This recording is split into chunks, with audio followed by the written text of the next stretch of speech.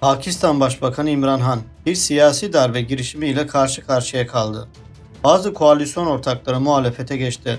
Hükümeti devirmeye çalıştı. İmran Han bunu Amerika'nın tezgahladığını, kendisini de tehdit ettiğini, hayatının tehlikede olduğunu açıkladı. ABD'den gelen bir mektubu örnek göstererek taraftarlarını bu darbeyi boşa çıkarmak için sokaklara çağırdı. Mektup Pakistan'ın Washington Büyükelçisi'ne verilmişti. Pakistan iç işlerine müdahale nedeniyle ABD'ye nota verdi. Meclis Başkanı güven oylamasını reddetti. Pakistan Cumhurbaşkanı da meclisi feshetti. Seçim kararı alındı. Bush 2001 yılında Afganistan işgal öncesi de Pakistan'ı tehdit etmişti. Perviz Müşerrefe savaşta ABD'nin yanında olmazsa Pakistan'da taş üstünde taş bırakmayacağını telefonla bildirmişti. Afganistan Savaşı'nda 70 bin Pakistanlı öldü. İmran Han'ın açıklamaları dehşet verici. ABD bana tehdit mektubu gönderdi. Hayatımın tehlikede olduğuna dair istihbarat bilgileri alıyorum. Pes etmeyeceğim, savaşacağım. Ne kimsenin önünde eğileceğim ne de milletimi kimseye boyun eğmesini sağlayacağım. Pakistan'da bir Amerikan üssüne ve Pakistan'dan topraklarından Afganistan'a yönelik bir eyleme izin vermemiz mümkün değil. Kesinlikle hayır. Pakistan'ın ABD'den uzaklaşıp kendi yoluna gitmesi, Çin ile yakın ilişkiler kurması, Rusya'ya ambargo uygulamaması, kısaca ABD'nin doğrudan talimatlarını reddetmesi böyle bir krizi besledi. ABD'nin Afganistan'dan apar topar kaçması sadece Orta Doğu ülkelerini değil, Pakistan'ı da derinden etkiledi. Artık ABD'ye güvenmeyecekti. Dünyanın yeni güç haritasına göre oynayacaktı. Bir nükleer güçtü ve bu gücün farkındaydı. Pakistan Türkiye'nin izlediği yolu takip ediyor. Türkiye ile birlikte hareket ediyordu. Karabağ Savaşı'nda Türkiye, Azerbaycan, Pakistan birlikte hareket etti. Ardından üç ülkede çok farklı askeri tatbikatlar uyguladı. Sanki Orta Asya ülkeleriyle birlikte bir tür ortak ordu temelleri atılıyordu. Geçtiğimiz hafta Cumhurbaşkanı Erdoğan'ın Özbekistan ziyaretinde yaşananlar, ağlama ve sevinç Türkiye, Orta Asya, Güney Asya hattında bazı şeylerin çarpıcı biçimde değiştiğini, yeni bir kuşak oluştuğunu gözler önüne seriyordu. Şimdiden şunu söyleyebiliriz.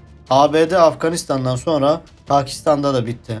Pakistan'ın Türkiye tipi direnişi ABD'yi yenecektir. ABD Orta Asya'da kaybetti. Orta Doğu'da da kaybedecek. Dünya artık Batı'yı Asya'da, Afrika'da, Latin Amerika'da istemiyor. ABD ve Avrupa kendi haritasına çekilecek. Bu günler ABD ve Avrupa için kabus günleri. Nereye el atsalar orada kaybediyorlar. Ukrayna'da savaşı kışkırttılar, ellerinde patladı. Pakistan'da siyasi darbeye giriştiler, ellerinde patladı. Bu hafta bir yenilgi daha aldılar. Hem de Avrupa'da, Macaristan'da 6 muhalefet partisi Türkiye'deki gibi tek cepheye dönüştürüldü. Amaç Başbakan Viktor Orban'ı devirmekti. Olağanüstü medya baskısı uyguladılar. Soros dahil batılı sermayeyi harekete geçirdiler. Viktor Orban'ın seçimi kaybettiğine dair anketler yayınladılar. Müthiş kitle operasyonları yaptılar. Önceki günkü seçimi Orban ezici bir üstünlükle kazandı. ABD ve Avrupa Birliği'nin finanse ettiği muhalefet ağır bir yenilgi aldı. Türkiye'deki gibi 6 partiden oluşan cephe Macaristan'da çöktü. Aslında Türkiye için planladıkları model çöktü. Türkiye'ye yakın, batıya uzak olan Orban, Soros'a ve Avrupa Birliği'ne karşı zafer kazandım açıklaması yaptı. Aynı gün Sırbistan'daki seçimlerde de Batı yanlıları ağır bir yenilgi aldı. Mesele şuydu, milletler Batı'nın müdahale ettiği bütün alanlarda ABD ve Avrupa karşıtı bir tavır alıyor. İyi niyetli olmadıklarını biliyor. Güçlü lidere, güçlü devlete yöneliyor. Olay şuydu. ABD 2023'te Türkiye'ye yapacağı müdahale biçimini şu an bazı ülkelerde test ediyordu. Ukrayna'da savaşla, Macaristan ve Pakistan'da siyasi darbe ile sonuç almaya çalışıyordu. Siyasi darbe ile giriştiği her yerde hüsrana uğruyor. Ukrayna'yı ateşe atıp yalnız bıraktı. Öyle görünüyor ki Ukrayna'da Batı'dan umudunu kesecek. Şu an Türkiye'nin belirlediği bir alana yerleşiyor. Batı bencildir. Herkesi kullanır, risk kendisine yönelince yalnız bırakır. Artık ABD ve Avrupa'nın bu anlamda milletler üzerinde hiçbir kredisi yoktur. Erdoğan modeli lider, Türkiye modeli ülke. Eğilimi bütün dünyada yükselen en önemli dalga oldu. Ülkeler Türkiye gibi güç inşa etmeye, himaye ve vesayetten çıkmaya çalışıyor. Bu yüzden de her fırsatta Batı müdahalelerine karşı duruyor. Daha dün Cezayir'de devletin bazı alanlarında Fransızcayı yasakladı. Fransa bütün Afrika'da ülkelerden bir bir dışlanıyor, kovuluyor. Afrika sömürgeci bütün izlere inanılmaz bir reaksiyon gösteriyor. Kafkasya'da Azerbaycan, Orta Asya'da Özbekistan, Güney Asya'da Endonezya, Kuzey Afrika'da Cezayir, Afrika'da Nijerya, Orta Doğu'da Suudi Arabistan ve Mısır. Müslüman orta kuşakta 21. yüzyılın sıçraması yapılacak ülkeler arasında. Türkiye bütün bu ülkelerle çok hızlı yakınlaşma içine girdi. Bence Müslüman orta kuşakta bir şey deneniyor. Atlantik'ten Pasifik'e uzanan yeryüzünün ekseninde büyük bir hareketlenme var. Türkiye bütün bunların tam merkezinde. Türkiye küresel güçtür derken bunu söylüyoruz. Bu yükselişin ilham kaynağı Türkiye çünkü. İşte 2023'te bunu durdurmaya çalışıyorlar. Macaristan'daki gibi 6 siyasi partiyi bu amaçla tek çatı altında topladılar. Hepsini FETÖ ve PKK çizgisine çektiler. Terör örgütleriyle ortak ettiler.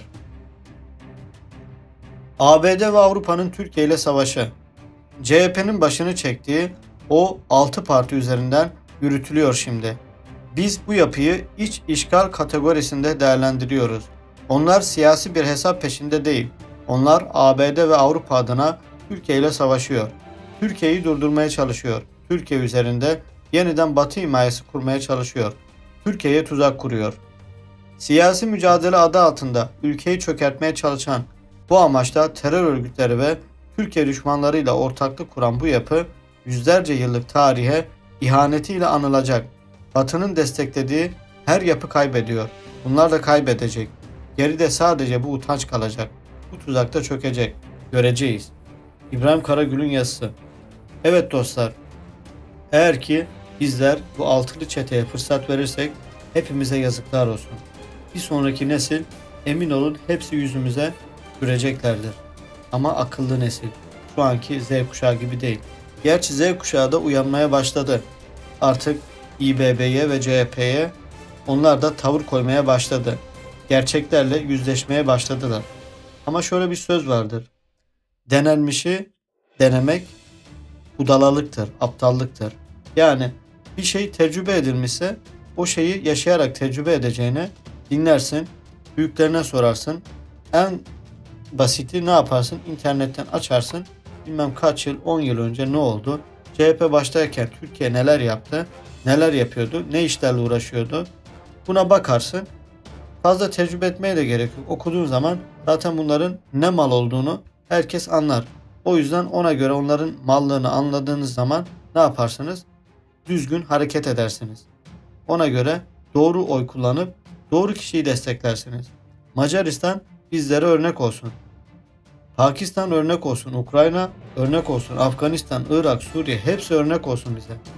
Amerika'nın desteklediği bütün herkes sonradan hüsrana uğruyor. Yani bunlar, Amerika bunları destekliyor. Bunlar neyi düşünüyor biliyor musunuz? Hani devlet, vatan, millet, İslam, din bunları geçin zaten hiç alakası yok. Bunlar kendi ceplerini düşünüyorlar.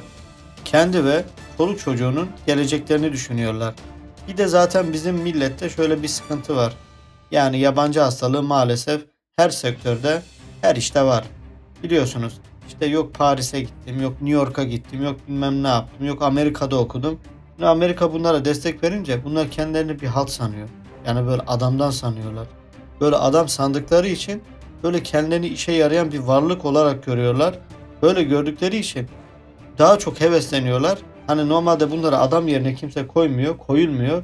Çünkü insanlara ne yapacaklarını söyleyemiyorlar. Yani halk da çoğu bunları dikkate almıyor. Almadığı için Amerika bunları muhatap alınca bunlar böyle kendilerini çok değerli, kıymetli bir şey sanıyorlar. Ama bizler çok iyi biliyoruz ki onlar bir tenekeden fazlası değil. Tenekeden vurduğun zaman ses çıkar. Bunlardan ses de çıkmaz. Niye bu kadar ağır konuşuyorum? Çünkü amaçları belli. Amaçları Türkiye'yi parçalamak. Türkiye'nin küresel güç olmasını engellemek.